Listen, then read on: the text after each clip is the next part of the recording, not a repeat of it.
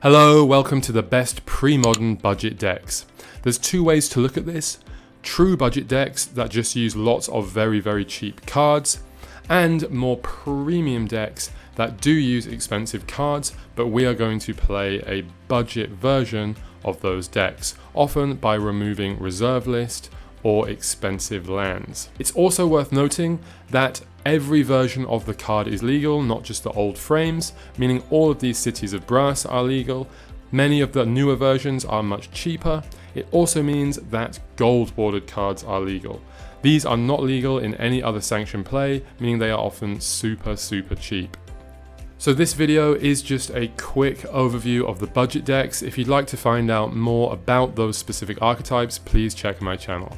So Control, the first deck is Stasis, and there's basically nothing expensive in this deck at all, but it's still extremely powerful.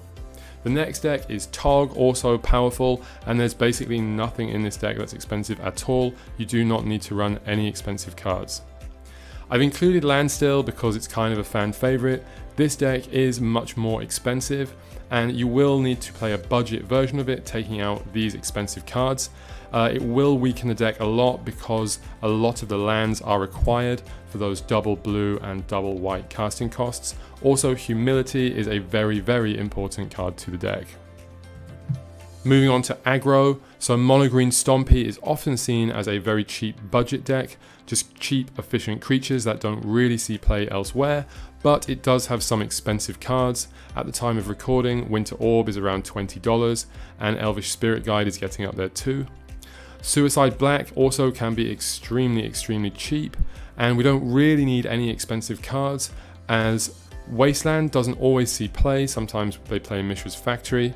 Phyrexian Negator is quite good, but it's around $10, so it's affordable. Moving on to Sly, which is another deck that tends to be quite cheap outside of the lands and reserve list cards. However, we are very lucky because there is a gold bordered version of Cursed Scroll, and if you cut the mana base cards, the deck will still be somewhat effective. Goblins, another good budget option, although it does have quite a few of those around $5 cards. Also, you must play 4 Goblin Lackeys. It's around $15 each and you have to play 4. You can survive without the lands though. So for mid-range decks, Madness is a classic budget deck that everyone thinks of. This deck has always been super cheap ever since its heyday. The only really expensive card is Wasteland, and you don't really need to play that if you want to play a budget version. Dead Guy Ale can also be surprisingly cheap. I was surprised myself at how cheap the new versions of Vindicate are.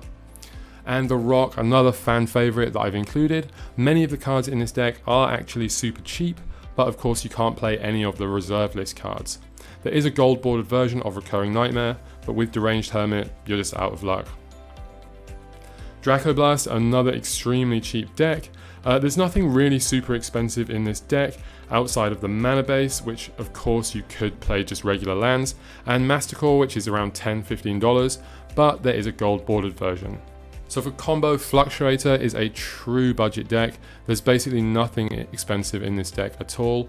Storm as well, traditionally seen as a budget deck. However, recently it has become actually quite expensive. Sapphire Medallions and Lotus Petals have become very expensive actually. So thank you for watching. Please like, subscribe and comment. Bye bye.